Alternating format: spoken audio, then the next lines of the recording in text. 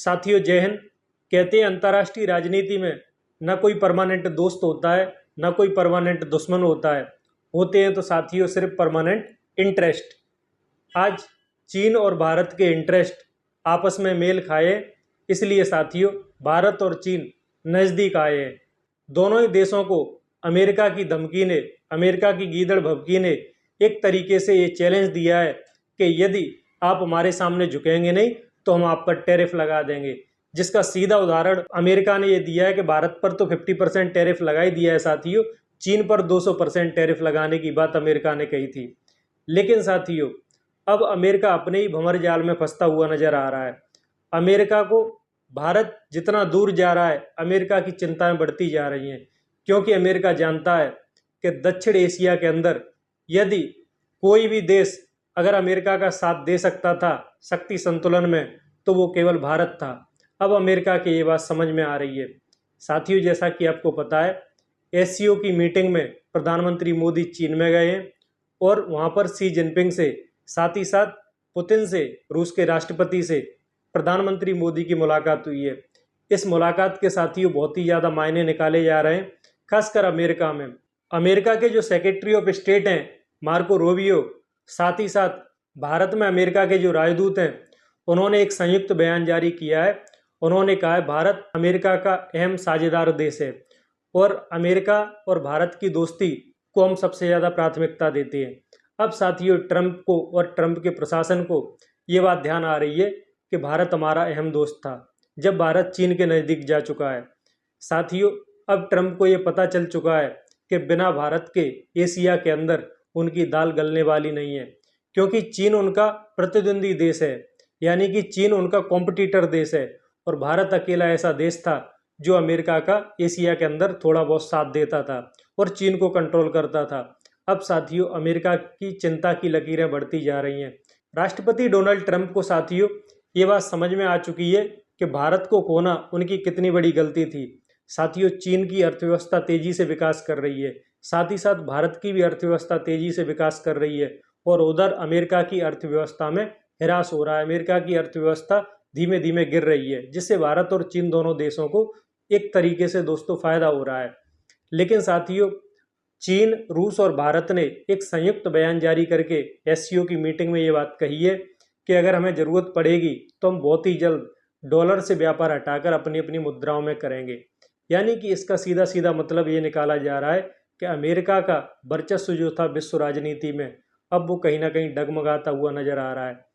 अब जो शक्ति हमें यूरोप और अटलांटिक क्षेत्र में दिखती थी, अब वो शक्ति साथियों शिफ्ट होकर प्रशांत और एशियाई क्षेत्र में हमें देखने को मिल रही है। जो शक्ति हमें ब्रिटेन, फ्रांस, जापान, जर्मनी और अमेरिका, कनाडा जैसे देशों के एक गठजोड़ में मिलती थी, वह शक्ति साथियों आरआईसी में, रूस, चीन, भारत में हमें देखने को मिल रही है। इससे साथियों अमेरिका बौखलाया हुआ है और उसकी चिंता माथे पर साफ देखी जा सकती है। जो आंतरिक छटपटाहट हमें ट्रंप के अंदर देखने को मिल रही है वो इसी का कारण है, इसीलिए ट्रंप इतने छटपटाए हुए हैं।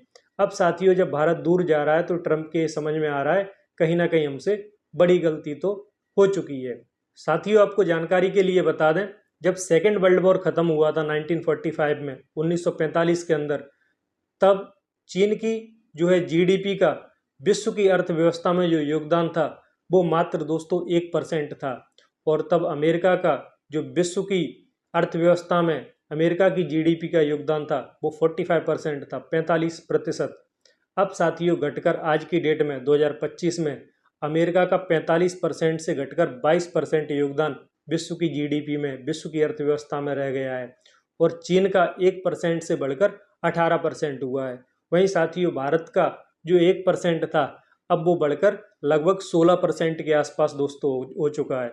तो वर्ल्ड की इकोनॉमी में अमेरिका की जीडीपी का जो ह्रास हुआ है उसका कहीं ना कहीं फ़ायदा रूस, चीन और भारत को पहुंचा है, जिसमें भारत और चीन दो बहुमूल्य देश हैं।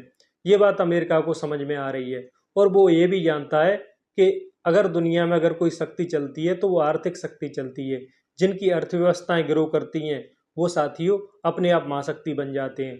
इसका उदाहरण अमेरिका खुद है, इसलिए उसको ये सारी बातें समझ में आ रही हैं। इधर साथियों भारत अपने पुराने विवादों को भूलकर, चाहे वो डोकलाम का विवाद हो, चाहे वो गलवान घाटी का विवाद हो, लगभग 4000 किलोमीटर की हमारी सीमा रेखा चीन से मिलती है, जो हमारी मैकमोहन रेखा है। उन सारे विवादों को भुलाकर मोदी ने बड़ा दिल करते हुए साथियों प्रधानमंत्री मोदी चीन की यात्रा पर गए एससीओ की मीटिंग में, और वहाँ पर रूस के राष्ट्रपति पुतिन, शी जिनपिंग जो चीन के राष्ट्रपति हैं, और मोदी की मुलाकात हुई है। इससे साथियों जो पश्चिमी वर्ल्ड है, जो पश्चिमी देश हैं, उनके साफ चिंता की लकीरें उनके माथे पर देखी जा रही हैं। यूरोप के देश जो ब्रिटेन है, फ्रांस है, इटली है, जर्मनी है, उनकी ये बात सीधे सीधे समझ में आ रही है कि भारत यदि चीन के पाले में चला गया, रूस के पाले में चला गया, तो उनकी कठिनाइयाँ बढ़ने वाली हैं।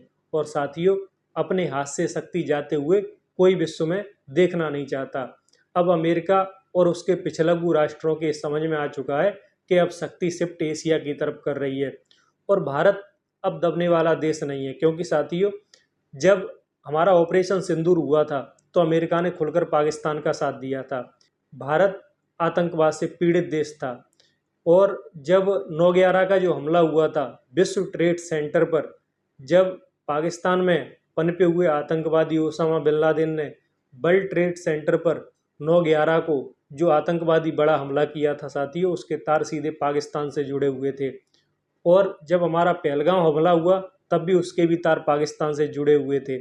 लेकिन साथियों तुम खेलो तो कबड्डी और हम खेलें तो गिल्ली डंडा, ये भारत अब स्वीकार करने वाला नहीं है। भारत ने, प्रधानमंत्री मोदी ने और हमारे जो एनएसए अजीत डोभाल, उन्होंने साफ शब्दों में कह दिया है कि यदि तुम्हारे वर्ल्ड ट्रेड सेंटर पर हमला होता है तो वो हमला माना जाएगा, और यदि हमारे पहलगाम में हमला होता है तो उसको आप हमला मानने से इनकार करेंगे और पाकिस्तान का आतंकवाद के साथ समर्थन करेंगे, तो ये बिल्कुल भी बर्दाश्त नहीं होगा। ये खुले शब्दों में हमारे विदेश नीति में अब झलकता हुआ साफ दिखाई दे रहा है।